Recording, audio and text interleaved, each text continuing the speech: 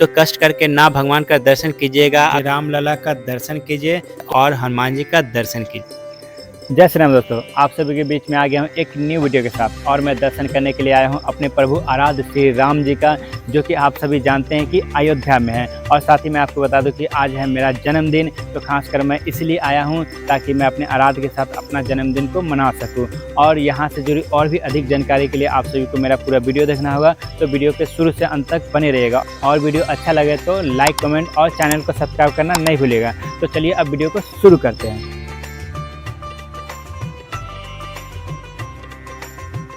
तो सबसे पहले आपको भारत के किसी भी कोने से आपको ट्रेन पकड़कर अयोध्या धाम जंक्शन आना होगा और मैं फाइनली पहुंच चुका हूं अयोध्या धाम जंक्शन। तो ये जो आप देख रहे हैं ये प्लेटफॉर्म का एक दृश्य है और ये जो आप दृश्य देख रहे हैं ये धनुष आकार का ये प्लेटफॉर्म का आकार दिया जा रहा है। और साथ में आसपास में आप देख रहे हैं मंदिर के आकार का भी एक छोटा सा ये दृश्य आपको दिखाने को मिल रहा होगा।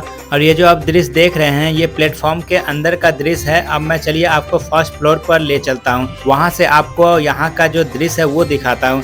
तो आप देख सकते हैं ये ऊपरी भाग जो फर्स्ट फ्लोर का दृश्य है। तो यहाँ पर आपको सीढ़ी का भी सुविधा है, आप चाहे तो आप लिफ्ट से भी आ सकते हैं। और यहाँ आप देख सकते हैं सबसे अच्छा यहाँ जो ध्यान रखा गया है ये साफ सुथरा का ध्यान रखा गया है। आप चाहे तो प्लेटफॉर्म पर भी रह के आराम करके आप मॉर्निंग में प्रभु का दर्शन करने के लिए जा सकते हैं, या फिर आप डोमेटिक का भी सुविधा ले सकते हैं, यहाँ अवेलेबल है। अब चलिए बाहर की ओर निकलते हैं। और ये जो आप देख रहे हैं बिल्कुल ऐसा लग रहा है हम एयरपोर्ट पे आए हुए हैं। और एक बहुत ही यहाँ पर अनोखा दृश्य आपको दिखाता हूँ। ये जो आप देख रहे हैं गिलहरी, क्योंकि गिलहरी है जो हमारे प्रभु राम जी को सहायता किए थे जब राम सेतु जब बन रहा था उस समय। तो यहाँ जो पंखा जो है सबसे अलग लगा हुआ है। और यहाँ पर यह अयोध्या धाम का ये एक सेल्फी पॉइंट बना हुआ है, जितने भी यात्री आते हैं वो यहाँ पर सेल्फी लेते हैं। तो चलिए मैं आप सभी को अब मैं जंक्शन के बाहर का दृश्य दिखाता हूँ। तो आप देख सकते हैं अयोध्या धाम जंक्शन हिंदी में भी लिखा हुआ है, इंग्लिश में भी लिखा हुआ है और साथ ही उर्दू में भी लिखा हुआ है। और साथ ही ये आप देख सकते हैं ये मुकुट के आकार का बना हुआ है, साथ ही दो मंदिर के आकार का छोटा छोटा ये भी बना हुआ है। तो मेरे ख्याल से अयोध्या स्टेशन पूरे भारत का सबसे सुंदर स्टेशन बनने वाला है।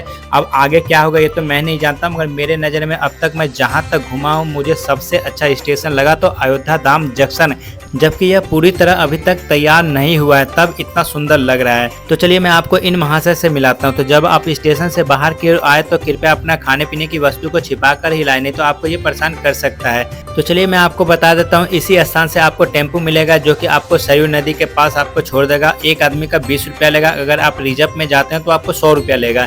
और स्टेशन से इसी स्थान पर आपको टेम्पो वाला लाकर छोड़ देगा। और इस स्थान का नाम है लता मंगेशकर चौक।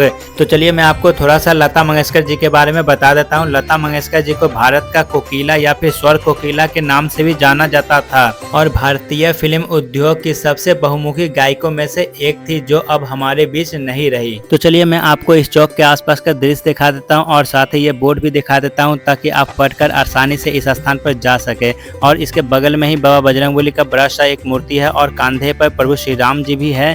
और ये जो आप भक्तजन देख रहे हैं ये सभी को स्नान करने के लिए जा रहे हैं सरयू नदी में। और हम सब जानते हैं कि प्रभु श्री राम जी अपने भाइयों के साथ सरयू नदी में ही समाधि लिए थे।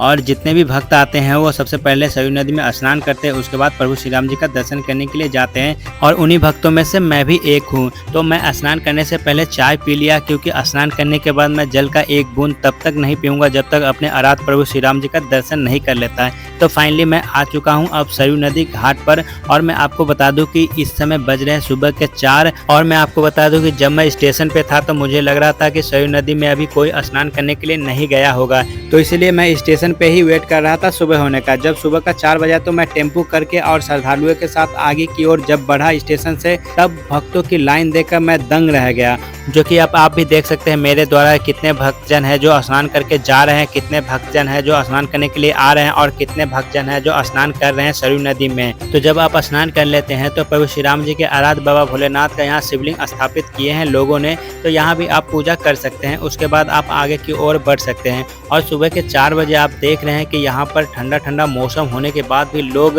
प्रभु श्री राम जी का दर्शन करने के लिए इतना व्याकुल है कि वो ठंड भी नहीं देख रहे हैं। और जैसे कि मैं भी ठंड नहीं देखा और स्नान करने के लिए रेडी हो गया और स्नान करने के बाद यहाँ पर प्रभु का दर्शन किया। उसके बाद आगे की ओर निकल गया, जो कि आप देख रहे हैं प्राचीन शिव हनुमान मंदिर यहाँ भी है, तो आप यहाँ भी पूजा कर सकते हैं। उसके बाद आप आगे की यात्रा को आप यहाँ से आराम कर सकते हैं। तो जैसे ही आप आगे की ओर बढ़ेंगे तो यहाँ पर लाइन से आप देख रहे हैं कि बहुत सारे लोग हैं जो मांगने के लिए बैठे हुए हैं। तो आप इसे आप पैसा दे सकते हैं या फिर अन्नदान कर सकते हैं और यहीं से आपको टेम्पू मिलेगा जो कि हनुमानगढ़ी की ओर जाएगा, क्योंकि हनुमानगढ़ी से आगे टेम्पू नहीं जाता है। और जिस रास्ते से आए हैं उसी रास्ते से आपको टेम्पू वाले भी ले जाएंगे। और रास्ते का सजावट और जितने भी दुकान है सभी का एक रंग और उस पे जो बोर्ड एक रंग का लगा हुआ है, जो कि बहुत ही अनोखा दृश्य देखने में लगता है। तो फाइनली मैं आ चुका हूँ अब श्री हनुमानगढ़ी गेट पर और इसी जगह आपको टेम्पू वाले लाकर छोड़ देंगे। इससे आगे टेम्पू नहीं जाता है। और ये जो आप स्टील के बने हुए लंबे से देख रहे हैं वो इस जगह से लेकर आप हनुमानगढ़ी मंदिर के पास तक बना हुआ है।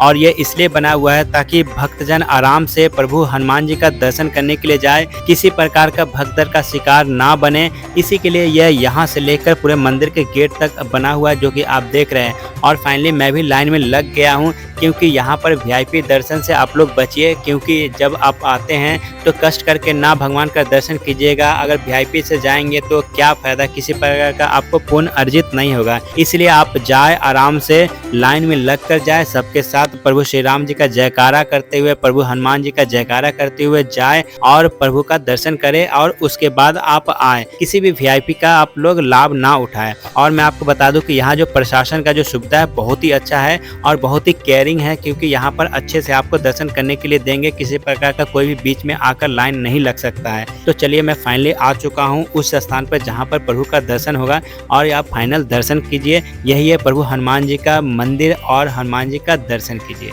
और इस मंदिर के बारे में कहा जाता है कि जब प्रभु श्री राम जी रावण को हराकर माँ सीता को लेकर अयोध्या आए थे, तब अपने भक्त हनुमान को इसी स्थान पर रहने के लिए आदेश दिए थे। तब से प्रभु हनुमान इसी स्थान पर आज तक है। और ऐसा कहा जाता है कि अपने सच्चे मन और सच्चे हृदय से जो भी मनोकामना इस मंदिर में मांगो तो वह पूरा हो जाता है। और साथ ही आप सभी देख सकते हैं कि दीवार पर हनुमान चालीसा लिखा हुआ है और भी बहुत कुछ यहाँ पर लिखा हुआ है। और यहाँ भक्तजन बैठकर हनुमान चालीसा भी पढ़ते हैं। तो चलिए अब माँ सीता, प्रभु श्री राम और लक्ष्मण जी का आप दर्शन कीजिए। और साथ ही आप सभी को बता दूं कि इस मंदिर के आंगन में और भी अन्य देवी देवता की भी मूर्ति को भी स्थापित किया गया है और साथ ही उनके आरती भी दीवार पे लिखा हुआ, जो कि आप देख सकते हैं।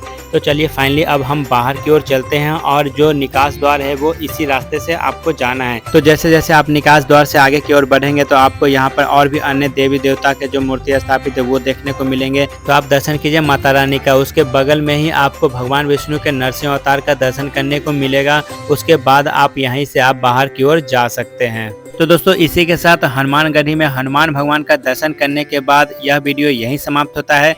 तो चलिए अब मैं आपको अपने आराध्य प्रभु श्री राम जी का दर्शन करवाता हूं और वहां कैसे जाना है वो रास्ता भी आपको बताऊंगा। तो जैसे ही इस मंदिर के नीचे उतरेंगे तो दाहिने में ही आपको एक गली मिलेगा। गली से आपको जैसे आगे बढ़ेंगे तो आपको ये मेन रास्ता मिलेगा। तो जैसा कि मैंने आपको बताया था कि दुकान का बोर्ड तक एक ही रंग में है, केवल दुकान का नाम अलग है। तो आप देख सकते हैं बोर्ड सभी एक ही जैसे हैं। और यहीं से आपको बोर्ड दिख रहा होगा ग्रीन कलर का और उसमें जो लिखा है और आप देख सकते हैं यही है श्री राम जन्मभूमि तीर्थ क्षेत्र। और इस बोर्ड के दाहिने साइड में ही है मुख्य द्वार, जहां से प्रभु श्री राम जी का मंदिर में दर्शन करने के लिए आप जाएंगे। और मैं आपको बता दूं कि इससे आगे ना तो टेम्पो जाएगा ना ही किसी प्रकार का पर्सनल साधन जाएगा। तो जो लोग चलने में असमर्थ है, जो लोग विकलांग है, तो पहले ही यहाँ पर व्हील चेयर का सुविधा अवेलेबल करवा ले, तब आगे की ओर यात्रा को आरंभ करे। और यहाँ भी हनुमानगढ़ी मंदिर के जैसा ही स्टील का कई लाइन बने हुए हैं, क्योंकि यहाँ पर अधिक भक्तजन आते हैं दर्शन करने के लिए, इसलिए यहाँ पर अधिक लाइनें बने हुए हैं ताकि जितने भी भक्तजन आए आराम से प्रभु श्री राम जी का दर्शन करें और किसी प्रकार का कोई दिक्कत ना हो भक्तजन को।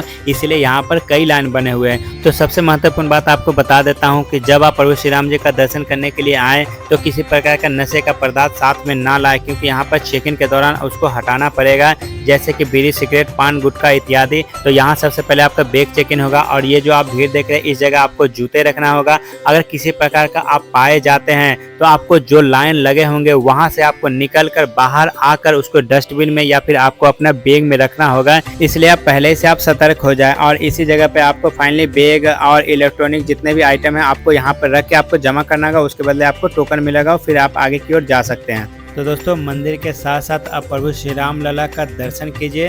तो इसी के साथ यह वीडियो यहीं समाप्त होता है। फिर मिलते हैं किसी नेक्स्ट वीडियो में, तब तक के लिए बाय।